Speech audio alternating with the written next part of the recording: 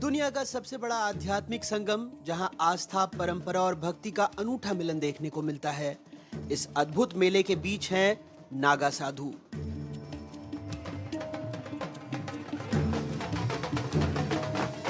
प्राचीन ज्ञान के संरक्षक और तपस्या के दिव्य साधक। लेकिन ये रहस्यमय साधु कौन हैं और लाखों लोग इन्हें देखने क्यों उमड़ते हैं?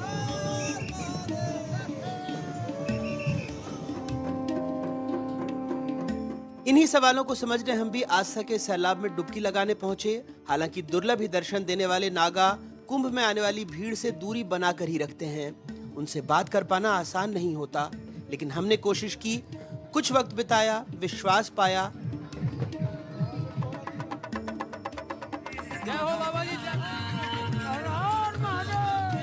आत्मा क्या है, इस सवाल के जवाब की खोज ने कई नचिकेताओं को अपनी ओर खींचा है। महाराष्ट्र से प्रयाग आए इन नागा बाबा ने इस प्रश्न का जो उत्तर दिया, उसने रहस्य को और गहरा कर दिया। आत्मा की परिभाषा क्या है? आदत बुरी सुधार लो, हो गया वजन। मन की तरंग मार लो, हो गया वजन। फिर आत्मा को जान लो, वो खुद ही जान जाएगा। वो खुद ही इतना सामान को रोकेगा तो वो खुद ही जान जाएगा। उसमें बताने की कोई बात नहीं। इतना चेक करो पहले, फिर आगे मिल जाएगा। जैसे यहाँ से चेक होता है, यहाँ से चेक होता है। देखो देखो देखो, अब ये नहीं खुल रही है। अब ये आत्मा, पता चला आत्मा कहाँ है। अब तेरे दिल में है तो भी करके देख ले। तेरे हाथ पाँव नहीं है तो भी करके देख ले, चेक कर ले। बेईमानी नहीं करना भगवान के साथ में। हाथ जोड़ो, इसे करो, ठीक है। इसको खोलो, बंद हो गया। इसे खोलो, बंद हो गया। इसे खोलो, बंद हो गया। अब इनको किसी को हिलाना नहीं, इसको खोलो। खोलो ना, बीमार है। कोई बाबा संसार में बीमार नहीं दे सकता। ये क्रिक बम बाबा है। केवल भस्म में ढके हुए दिगंबर नागा साधु त्याग के सिद्धांत के प्रतीक हैं। कुंभ के बाहर शायद ही कभी दिखाई देने वाले कुंभ मेले में इनकी उपस्थिति सनातन धर्म की आत्मा की प्रतीक मानी जाती है।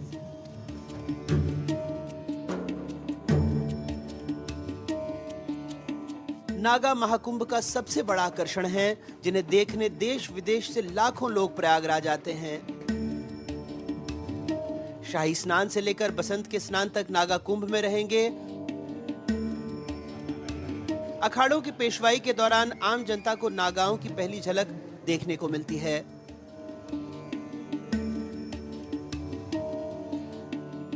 गजाननं भूतगणाधिसेवितं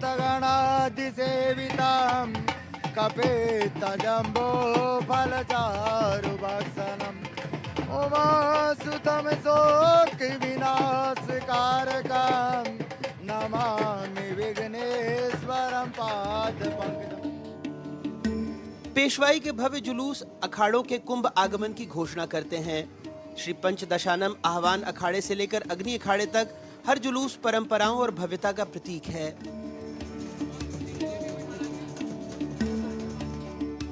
शस्त्रों से संहार होगा, इसका संहार होगा दुश्मनों का, दुष्ट और दुराचारियों का, अधर्मियों का, जो सनातन धर्म को नीचा करना चाहते हैं। हमारे हिंदू भाइयों को जो कमजोर करना चाहते हैं, उनके लिए शस्त्र देगा। हर हर महादेव। ये सनातन का आध्यात्मिक संगम है, एक आदि अनादि काल से चलता आ रहा हुआ। सभी देशवासियों को मैं शुभकामनाएं देता हूं कुंभ मेले की।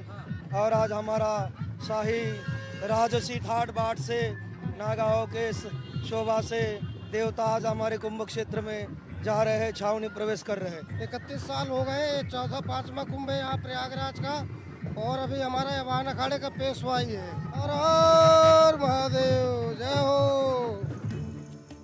सभी अखाड़े संगम में छावनी में अपने देवता को विराजमान करने से पहले शहर से पेशवाई निकालते हुए संगम पहुंचते हैं। ये श्री पंचदशनाम अग्नि अखाड़ा की पेशवाई है। इस अखाड़े की इष्ट देवी गायत्री माता हैं। श्री शंभू पंच अग्नि अखाड़े की पेशवाई निकल रही है संगम नगरी में। और इस वक्त मेरे पीछे आपको लिए चल रहे हैं, जहां पर साधु महात्माओं का बड़ा जमावड़ा आपको दिखाई देगा। डमरू की धाक पर, डमरू की धुन पर ये पेशवाई का आगाज हो गया है श्री शंभू पंच अग्नि अखाड़े का। सबसे पहली बात क्या कहेंगे महाराज जी? शंभू पंच अग्नि अखाड़े का पेशवाई, इसको आप कहेंगे छावनी मंगल यात्रा प्रवेश। हमारे वेद माता गायत्री, हमारे इष्ट देवी अग्नि अखाड़े की, उनको हम छावनी में प्रवेश करा रहे हैं बाजे गाजे के साथ, हजारों संत महात्माओं के साथ। हमारे अग्नि अखाड़े के आचार्य महामंडलेश्वर, सभापति मंडलेश्वर, तमाम भक्त वृंद, माताएं बहनें, उन सब के साथ विशाल शोभा यात्रा के साथ, रथ गज हाथी घोड़े के साथ हम मंगल यात्रा प्रवेश कर रहे हैं। यहाँ गंगा यमुना सरस्वती का तट है, जहाँ सिद्धों की तपस्थली है और जहाँ पाप मोक्षणी गंगा है। ऐसे शंकराचार्य की परंपरा को निर्वाह करते हुए आज अग्नि अखाड़ा, जिसकी इष्ट गायत्री हैं, आज वो अपनी छावनी में प्रवेश कर रहा है, जहाँ से अनेकों ब्रह्मचारी दीक्षित होंगे और अनेक ब्रह्मचारी जो गायत्री हमारी इष्ट है, अग्नि अखाड़े की गायत्री है, उसके लिए यज्ञ अनुष्ठान, अन्न क्षेत्र इत्यादि का वितरण किया जाएगा। इस भव्यता के पीछे एक सख्त अनुशासन और व्यवस्था है। हर नागा साधु का एक विशेष उत्तरदायित्व होता है, चाहे वो आध्यात्मिक मार्गदर्शन हो या समुदाय की सुरक्षा। ये मायने ये होते हैं कि हमारी शाखाएं होती है, उस शाखा में जो नागा फौज होती है, उस नागा फौज का नेतृत्व करना थानापतियों का कार्य होता है। और सुरक्षा भी करना। सुरक्षा एवं सभी हमारे मठ मंदिर एवं संस्कृति और हमारी जो धार्मिक आस्था है उसका पालन किया जाता है। और ये नागा फौज ही सनातन असली फौज है। ये अपने कार्य करते रहती है, 3 साल में एक बार प्रकट होती है और चेतावनी देती है कि भाई धर्म के विरोधियों अभी भी चेत जाओ। वैसे नागाओं के रास्ते में ज्यादा दखलंदाजी उनकी सुरक्षा में तैनात साधुओं को पसंद नहीं। अरे भाई आप साइड हो जाइए, चलो। आप मानते क्यों नहीं हो? नहीं सरकार, उनसे जो ना आप बात नहीं कर सकते उनसे। साइड हो जाइए।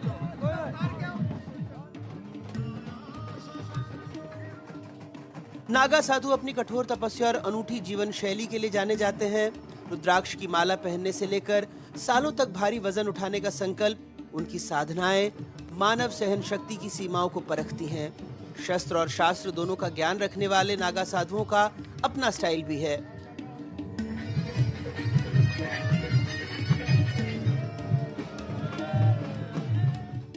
रुद्राक्ष की ऐसी जैकेट आपने कहीं और नहीं देखी होगी। 2500 माला पहने ये बाबा 47 किलो भार 12 साल तक संभालने का संकल्प कर चुके हैं। तो देखिए, एक बहुत ही अद्भुत बाबा से आपको मिलवा रहा हूं।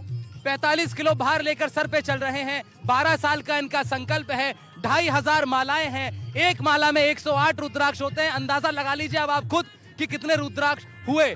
जैकेट आप इनकी देखिए, जैकेट रुद्राक्ष की है, नेपाल से बनवाई हुई। तो ये रुद्राक्ष कहाँ के हैं, कहाँ से आपने लिए? ये सब जो है नेपाल से मंगाया है। और रुद्राक्ष की छू लूं बाबा जी, छू लूं, स्पर्श कर लूं? नहीं नहीं, छू नहीं सकते। दूर से दिखाते हैं। ऐसा वस्त्र नहीं देखा होगा आपने। रुद्राक्ष की जैकेट है ये। हाफ जैकेट आपने बहुत देखी होंगी, लेकिन ये रुद्राक्ष की जैकेट है। इनका संकल्प एक कठिन तपस्या है जो आत्मा की गहराई और इच्छा शक्ति की पराकाष्ठा को दर्शाता है। हठ योगी इन संकल्पों को अपनी साधना का अंग बनाते हैं, जैसे ये उनकी आत्मा का आह्वान हो। इन दिव्य बाबाओं ने वर्षों पहले ही हठ योग का कठिन मार्ग अपनाकर खुद को अपने अखाड़े के आराध्य देवता के चरणों में समर्पित कर दिया।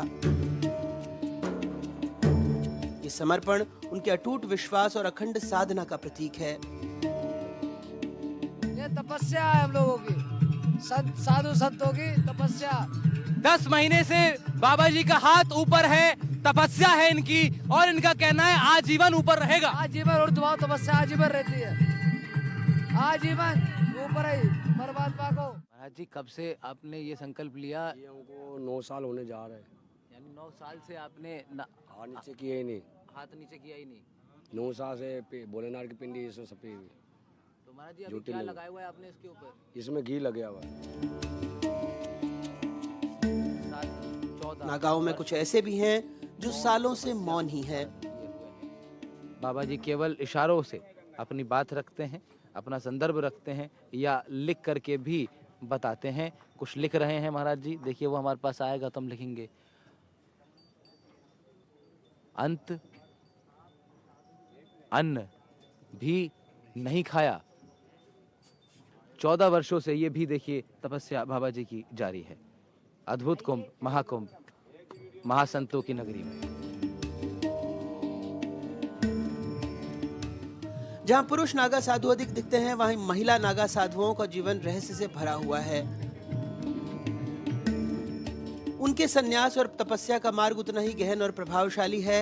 महिला नागा साधुओं का त्याग, तपस्या और ध्यान मार्ग पुरुष नागाओं से कितना अलग है?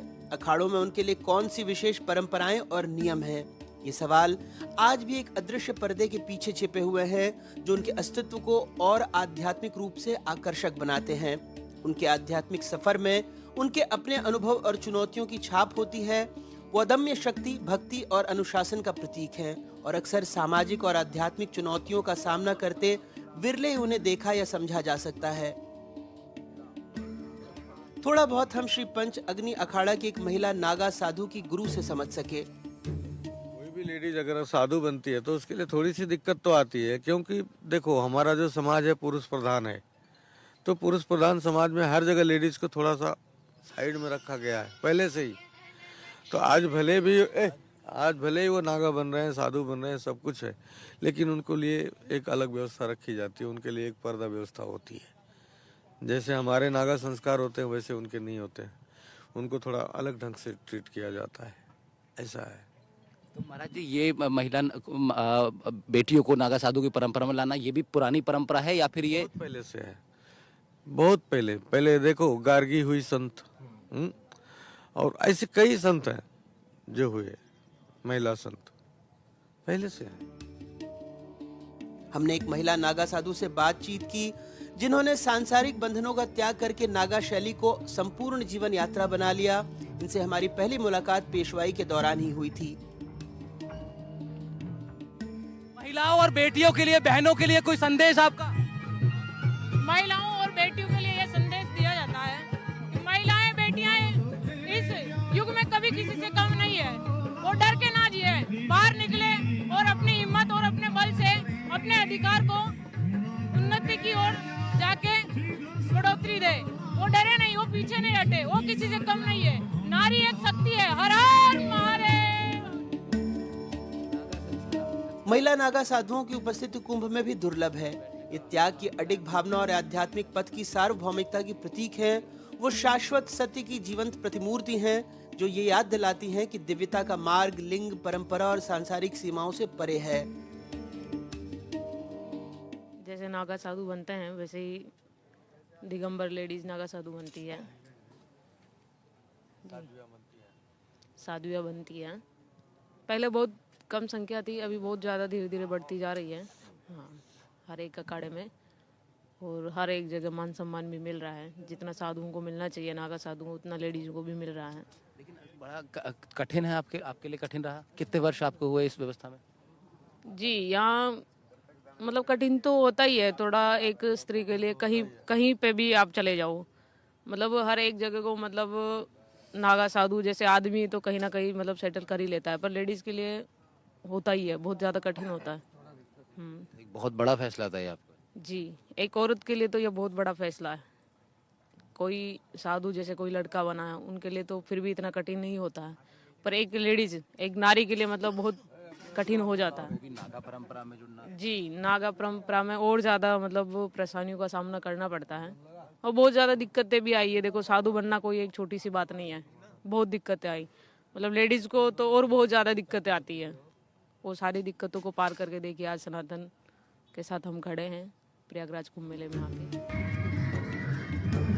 नागा साधु सात्विक यानी शुद्ध और तामसिक यानी उग्र दोनों ऊर्जा का प्रतीक है।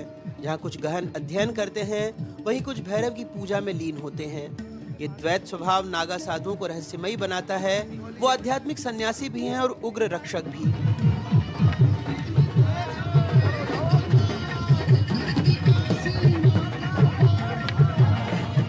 अखाड़ों की संरचना इस तरह से बनाई गई है कि परंपराएं युवा पीढ़ी तक सुचारू रूप से पहुंचती रहें।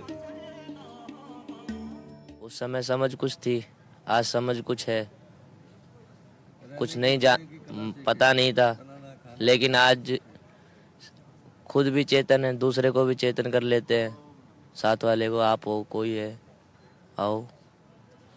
बाकी सनातन धर्म के स्तंभ हैं, अपना सनातन का प्रचार करना सबसे प्रति। उसके बाद सब गुरु महाराज की सेवा, बेग भगवान की सेवा, आपकी सेवा।